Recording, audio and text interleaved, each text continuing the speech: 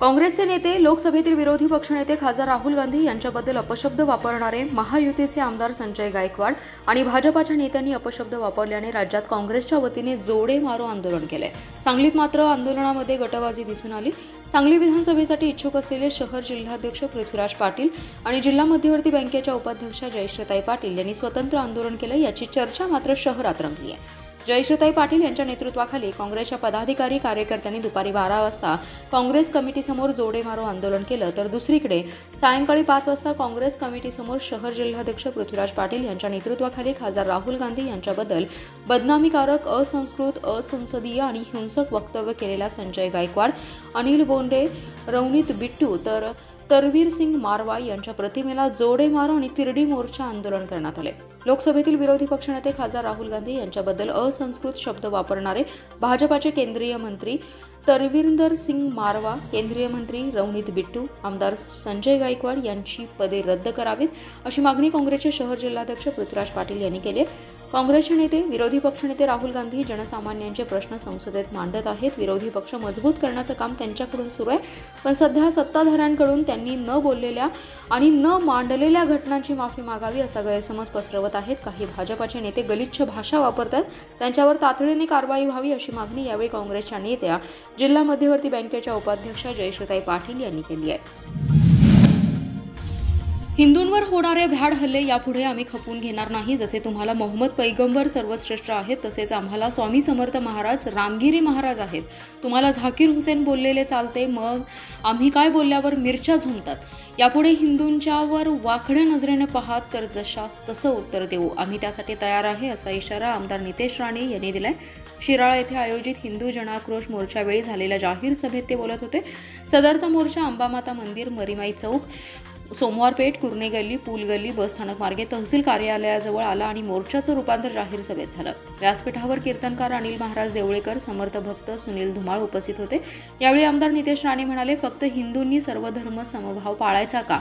कायम हिंदू म्हणून समाजाला आव्हान दिलं जातं। हिंदू देवदेवतांची कायम विटंबना यांनी करायची आणि आम्ही काय फक्त धर्माचं आचरण करायचं का?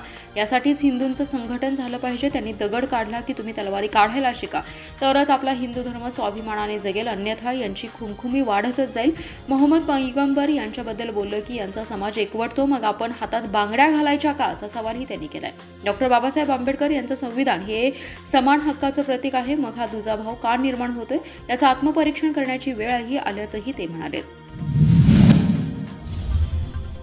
सांगलीतील चिंतामणीनगर रेल्वे उड्डाण पुलाचं काम संथ गतीने सुरू असल्याने पर्यायी मार्गाने वाहतूक सुरू आहे। पुलाच्या कामाबाबत सातत्याने नागरिकांकडून तक्रारी येत आहेत, मात्र कामाला गती मिळत नसल्याने संबंधित ठेकेदारासह रेल्वे विभागाला नोटीस बजावण्यात यावी अशा सूचना जिल्हा प्रशासनाच्या वतीने करण्यात आल्याचे जिल्हाधिकारी राजा दयानिधी यांनी सांगितले। सांगली मिरज रेल्वे पूल दुपदरीकरण करण्यास रेल्वे प्रशासन तयार असून जिल्हा प्रशासनाने 6 पदरीकरण झालं पाहिजे अशी भूमिका घेतली आहे। जिल्हाधिकारी डॉक्टर दयानिधी म्हणाले, सांगली ते तासगाव रस्त्यावरील चिंतामणीनगर रेल्वे पुलाच्या कामाची 31 ऑगस्टपर्यंतचीच मुदत दिली होती। मुदतीच्या कालावधीत रेल्वेचं काम पूर्ण करण्यात संबंधित ठेकेदाराला अपयश आले। सांगली तासगाव रस्ता बंद असल्याने लोकांना पर्यायी मार्गाने जावं लागते। मागील काही महिन्यांपासून लोकांची गैरसोय होत असून नागरिकांमधून सातत्याने तक्रारी दाखल होत आहेत। याबाबत जिल्हा प्रशासनही पाठपुरावा करत आहे, मात्र कामात सुधारणा होत नसल्याचं स्पष्ट झालंय। चिंतामणीनगर रेल्वे पुलाचं काम संबंधित ठेकेदारांनी मुदतीमध्ये पूर्ण न केल्याप्रकरणी संबंधित ठेकेदार रेल्वेला नोटीस बजावली जाणार आहे। तसेच संबंधित पुलाच्या कामासाठी मुदतवाढीचा प्रस्तावही आमच्याकडे आला नसल्याचे जिल्हाधिकारी दयानिधी यांनी सांगितले।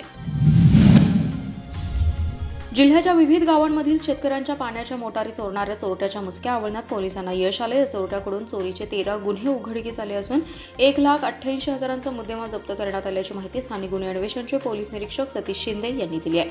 योगेश ईश्वर पाटील असे संशयिताचं नाव आहे। त्याच्यावर जत, तासगाव, मिरज, कवठेमंकाळ, एमआयडीसी कुपवाड पोलीस ठाण्यात मोटारी चोरीचे 13 गुन्हे दाखल आहेत। संशयित योगेश पाटील याच्याकडून 10, 5 आणि 3 HP च्या 18 मोटारी, रोख 5,000 आणि एक दुचाकी असा एकूण 1,88,500 रुपयांचा मुद्देमाल हस्तगत केलाय। जिल्ह्याच्या विविध गावांमधून शेतकऱ्यांच्या शेती पंपाच्या चोऱ्यांचं प्रमाण वाढलं होतं। या चोरट्यांचा माग स्थानिक गुन्हे अन्वेषणचं पथक घेत होतं। यावेळी पथकातील कर्मचाऱ्यांना संशयित योगेश पाटील यांनी जिल्ह्यातून बऱ्याच ठिकाणाहून मोटारींची चोरी केली असून मिरज तालुक्यातील भोसे येथील सामाजिक वनीकरण जागेतील पाण्याच्या टाकीसमोरील झाडीमध्ये लपवून ठेवले आहेत आणि तो विक्रीकरिता तेथून घेऊन जाणार असल्याची माहिती मिळाली। त्यानुसार तातडीने पथकातील कर्मचाऱ्यांनी परिसरात सापळा लावला आणि त्याला ताब्यात घेतलं। त्याच्याकडे कसून चौकशी केली असता त्याने सदरचा गुन्हा केल्याची कबुली दिली। झाडीत लपवून ठेवलेल्या 18 मोटारी हस्तगत केल्या आहेत।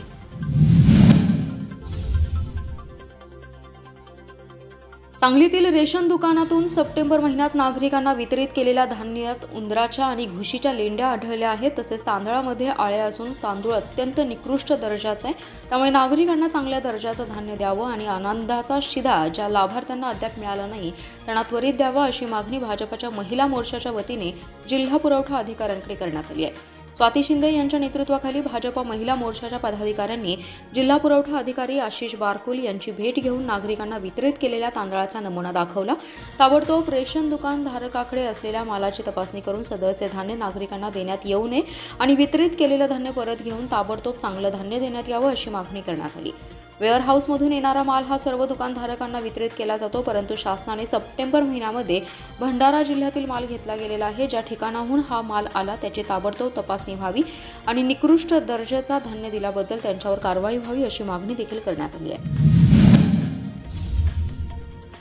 जिल्ह्यात ताप आणि चिकुनगुनियाची साथ फैलावत आहे। आतापर्यंत 194 डेंग्यूचे रुग्ण आढळलेत। ग्रामीण भागात आतापर्यंत 63 तर महापालिका क्षेत्रात 126 रुग्ण आढळलेत। जिल्ह्यात साथ फैलावत असताना आरोग्य विभागाने सतर्क राहून शोध मोहीम राबवावी अशा सूचना जिल्हाधिकारी डॉक्टर राजा दयानिधी यांनी दिल्या। जिल्हाधिकारी डॉक्टर दयानिधी म्हणाले, गेल्या काही दिवसांपासून कधी ऊन कधी पाऊस असं वातावरण आहे। यामुळे सखल भागात पाणी साचून राहिले, त्यामुळे डासांचा प्रादुर्भाव देखील वाढू लागलाय।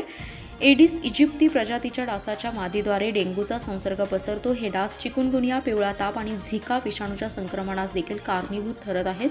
जिल्ह्यात 194 रुग्ण आढळलेत। जिल्ह्याच्या ग्रामीण भागात केवळ 63 रुग्ण आढळले, तर सांगली, मिरज आणि कुपवाड महापालिका क्षेत्रात सर्वाधिक 126 रुग्णांची नोंद आहे। एकाएकी तीव्र ताप येऊन तीव्र डोकेदुखी, सांधेदुखी, स्नायूंदुखीचा त्रास जाणवतो। डेंग्यू आजार अंगावर काढल्यास जीवावर बेतण्याचाही धोका असतो। आगामी काळात डेंग्यू आजाराच्या नियंत्रणासाठी नागरिकांना विशेष काळजी घ्यावी लागणार आहे। गाव आणि शहरी भागात रुग्ण वाढल्याने डेंग्यूला रोखण्यासाठी आरोग्य विभाग सतर्क राहावा अशा सूचना डॉक्टर दयानिधी यांनी दिल्या। बाल रंगभूमी परिषद शाखा सांगलीच्या वतीने तब्बल 550 बाल कलाकार, सलग 12 तास, 48 लोककला आणि 75,000ची बक्षिसे असा अविस्मरणीय लोककला महोत्सव 22 सप्टेंबर रोजी सांगलीत भावे नाट्य मंदिरात होणार असल्याची माहिती संस्थेचे अध्यक्ष नितीन खाडीलकर, कार्यवाह धनंजय जोशी यांनी दिली आहे। बाल रंगभूमी परिषदेच्या अध्यक्षा अभिनेत्री नीलम शिर्के या उपस्थित राहणार आहेत। बाल रंगभूमी परिषदेच्या वतीने महाराष्ट्रातील 18 जिल्ह्यात हा लोककला महोत्सव होणार आहे। सांगली जिल्ह्याचा लोककला महोत्सव 22 सप्टेंबर रोजी भावे नाट्य मंदिरात होणार आहे। 48 लोककलांचा हा महोत्सव असणार आहे। यात पिंगळा, पांगुळ, कुडमुड्या जोशी, वासुदेव, जात्यावरच्या ओव्या, मोटेवरची गाणी, तुंबडीवाला, करबत, कवायत, पोवाडा, तमाशा, एकतारी, नंदीबैल, भुत्या, भराडी, पोतराज, जोगवा, वाघ्या मुरळी, गोंधळ, ददरिया, नृत्य, खडी गंमत, शेतकरी नृत्य, कोळी नृत्य, संत परंपरा, भजन परंपरा, कीर्तन, वारी नृत्य, होळी नृत्य, भारूड, नमन, लेझिम, धनगरी नृत्य, मंगळागौर, कळसत्री, भावल्या, पांगुळ बैल, घुमटाचा भाग, कोकणातले गोंधळ, दशावतार, बोहाटा, बंजारा, नृत्यगौरी, लावणी यांसह 48 लोककला वयवर्ष 6 ते 15 वयोगटातील कलाकार सादर करणार आहेत। या लोककला महोत्सवाचे उद्घाटन नाट्य परिषदेचे सदस्य रंगकर्मी मुकुंद पटवर्धन, बाल रंगभूमी परिषदेचे अध्यक्ष नितीन खाडीलकर यांच्या हस्ते सकाळी 8 वाजता होणार आहे। बक्षीस समारंभ ज्येष्ठ निवेदक विजय कडणे यांच्या उपस्थित होणार आहे। सांगली शहरातील मध्यवर्ती बस स्थानक रस्त्यावर बुधवारी रात्री 8:30च्या सुमारास भरधाव 4 चाकीने 10हून अधिक दुचाकी उडवल्या होत्या। या अपघातातील कार चालकाचा शोध घेतला जात असून पोलिसांची पथके रवाना झाल्याचं पोलीस निरीक्षक संजय मोरे यांनी सांगितलंय। बस स्थानक ते शिवाजी मंडई रस्त्यावर नेहमीच वाहनांची वर्दळ असते। बुधवारी रात्री 8:30च्या सुमारास एक 4 चाकी चालक बस स्थानकाकडून शिवाजी मंडईकडे एकेरी मार्गातून आला। विरुद्ध दिशेने भरधाव आलेल्या 4 चाकीने एका आजोबास उडवलं तर तेथील 5 दुचाकी उडवल्या। त्यानंतर बापटबाल शाळेजवळील खाऊ गल्लीसमोर उभ्या असलेल्या दुचाकी उडवल्या। 4 चाकी चालकाचा अनेकांनी पाठलाग केला, मात्र तो शहर पोलीस ठाण्याच्या दिशेने भरधाव वेगाने निघून गेला होता। पोलिसांनी कार चालकाचा शोध सुरू केलाय। परिसरातील सीसीटीव्ही फुटेजही तपासले। नागरिकांनी 4 चाकीबाबत पोलिसांना माहिती दिली आहे, त्यावरून ही 4 चाकी ग्रामीण भागातील असल्याचं समोर आले। त्यानुसार कार चालकाच्या शोधासाठी पोलिसांची पथके रवाना करण्यात आले। लवकरच त्याच्या मुसक्या आवळल्या जातील असंही पोलिसांनी सांगितले। महापालिका क्षेत्रात स्वच्छता ही सेवा अभियानाला सुरुवात करण्यात आली असून छत्रपती शिवाजी महाराज स्टेडियमवर विद्यार्थ्यांनी मानवी साखळीने स्वच्छता मोहिमेची जनजागृती केली। महापालिका क्षेत्रात 2 ऑक्टोबर म्हणजेच महात्मा गांधी जयंतीपर्यंत स्वच्छता मोहीम सुरू राहणार असून विविध कार्यक्रमांचं आयोजन करण्यात आले। महापालिका क्षेत्रात आजपासून या मोहिमेला सुरुवात झाली आहे। आयुक्त शुभम गुप्ता यांच्या मार्गदर्शनाखाली उपायुक्त वैभव साबळे यांनी कार्यक्रमाचं नियोजन केले। येथील छत्रपती शिवाजी महाराज स्टेडियमवर 250 मुलांनी मानवी साखळीद्वारे स्वच्छता मोहिमेची जनजागृती केली। यामध्ये 12 शाळा सहभागी झाल्या होत्या। क्रीडाधिकारी अहमद जेलर यांनी नियोजन केलं। स्वच्छता ही सेवा शपथ कार्यक्रम ऑनलाईन पद्धतीने होणार असून या कालावधीत महापालिका क्षेत्रातील विभागनिहाय स्वच्छता ही सेवेची माहिती देण्यात येणार आहे। 1 ऑक्टोबरला सर्वोत्कृष्ट सफाई मित्र घोषित करण्यात येणार आहे। 2 ऑक्टोबर स्वच्छ भारत दिवसाचं नियोजनानुसार सांगली येथील कोल्हापूर रोड दूरदर्शन केंद्र या ठिकाणी महास्वच्छता अभियान राबवण्यात येणार आहे। या अभियानाचे नियोजन डॉक्टर रवींद्र ताटे, सहाय्यक आयुक्त खाते प्रमुख, सहाय्यक समन्वयक वर्षा राणी चव्हाण, स्वच्छता निरीक्षक करत आहेत।